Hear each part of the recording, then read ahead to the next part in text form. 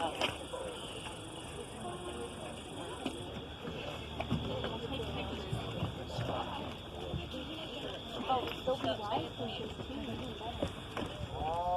right then. Well, good afternoon, folks. How are y'all doing here today? Good. Wonderful. Good. Welcome all you then to our cannon firing demonstration. My name is Sage. I'm joined up here by Jack, and we are the two soldiers who are going to fire off this cannon here for you all today.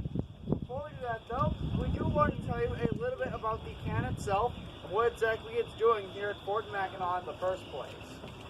Now, for starters, we are just represent soldiers of the 23rd Regiment of United States Infantry, Company E, that would have been stationed here at Fort Mackinac during the 1880s. And during this time, these soldiers would have been up here for a rather unique purpose, as they are not here for any combat detail at this point, but instead, they're going to be serving as the caretakers for what was then Mackinac Island National Park, the second national park in the country.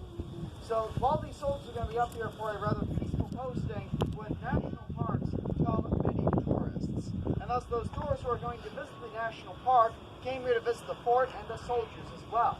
In fact, the soldiers actually would have gone so far as to invite those tourists inside the fort, watching them perform special ceremonies as well, and fire off cannons in their honor. Now when they are firing off those cannons though, they're firing what are known as salute shots. Basically just black powder with no cannonball inside, just to make a loud bang to celebrate something. And they have plenty of things to celebrate here at Fort Mackinac. So it's daily routines like the raising of the flag in the morning, or the lowering of the flag in the evening. They'll also fire it off federal holidays like the 4th of July or Memorial Day. Or they'll even fire it off for the first board tourists into the island after a long winter. And the cannons they're going to be using for this purpose is the same type of cannon that we're going to fire for you all here today. This being our model 1841 6-pound smoothbore field gun. Now, that being a rather long and a very technical name, though, that means this type of cannon is, well, it's going to be referred to by its more popular nickname by the soldiers, that being the 6-pound. Now, I assure you, folks, that does not mean this cannon weighs 6 pounds. However, there's a particular part of this cannon that does weigh 6 pounds to warrant that nickname. And if anyone cared to guess what that particular part might be, just shout it out. Cannonball, exactly. This cannon can fire a 6-pound cannonball. Now it can launch that 6-pound cannonball at the range of about 1 mile, which is going to be all the way to the shores of Round Island down there. Yeah. And at that mile-long distance, I can guarantee you all that the smallest target we can hit that distance is going to be roughly the size of Round Island down there. You see, this is not a very accurate cannon at that distance. That is because this is a smoothbore cannon. So that means there is no rifling or machined grooves carved inside the barrel piece to give the cannonball the usual spiral it needs to make it more accurate. Therefore, the more effective range of the cannon is going to be limited to the half-mile mark, so just up to the end of the stone breakwall out there. From there, you can reliably hit a ship-sized target once out of every 3 shots. Now, that might be adequate defense for, say, during the War of 1812, but by the 1880s, this type of cannon is going to be horribly outdated, though. And the reason why is because the U.S. Army has developed much more modern artillery, and that artillery is breech-loading, they have rifled barrels, they're able to utilize modern shells rather than the old-style cannonballs, and they're able to reach out and hit targets much more effectively at about 5 miles away. So this old Civil War surplus cannon would still be utilized here at Fort Mackinac, but only for ceremonial purposes. And that's the main reason why the U.S. Army keeps these artillery pieces here around. The more modern artillery would have been reserved for more militarily important locations rather than Fort Mackinac, because Fort Mackinac by this time is only the headquarters of a national park. Therefore, they do not need any modern artillery, so they just have these ceremonial pieces here at this posting. But now that you are familiar with the cannon itself and what it's doing here at Fort Mackinac, I say now is a good time that we now step back and fire off this cannon in honor of you all coming here to Fort Mackinac today. How does that sound? Yay! Huzzah!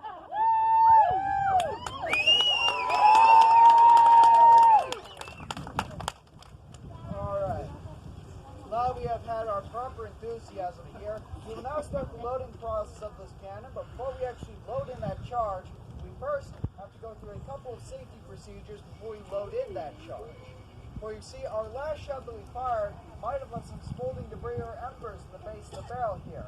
And if we are to put a live cannon charge in those embers, that could lead to an accidental discharge. Not very good. So in order to get them out, we need to do what's called thumb sawing.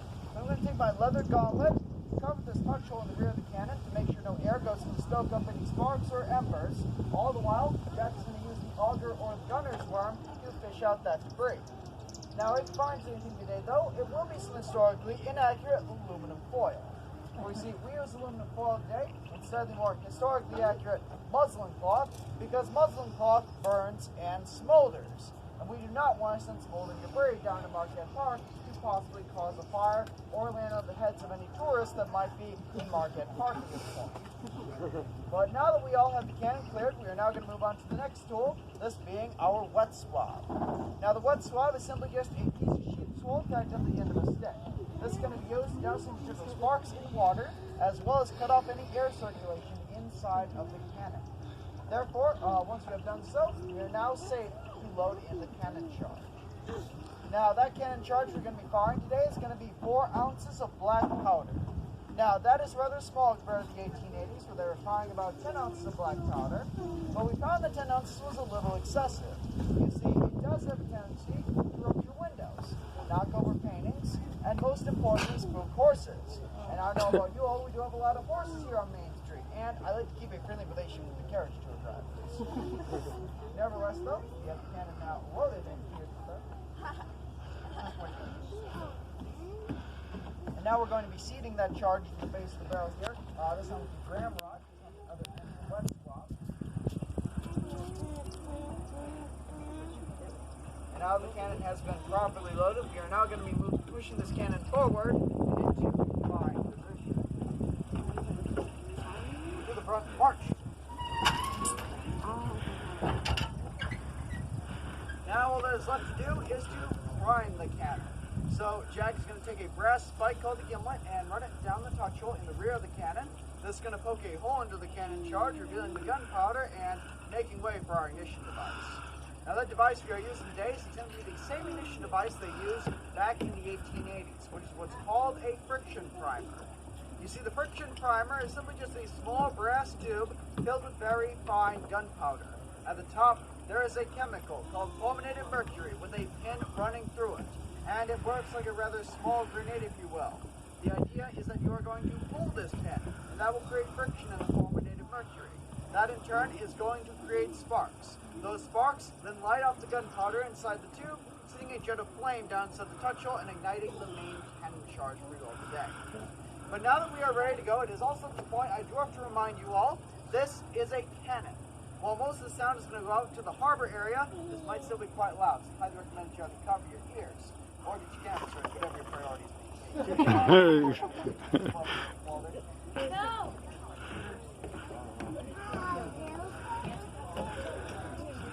Now with that, there are now only 2 commands left to fire the cannon. They are ready! Fire! And there you have it, a cannon salute from here to Fort Mackinac. Woohoo! Thank you all so much for attending our cannon firing demonstration. If you have any further questions, we're more than happy to answer them. But if not, our next demonstration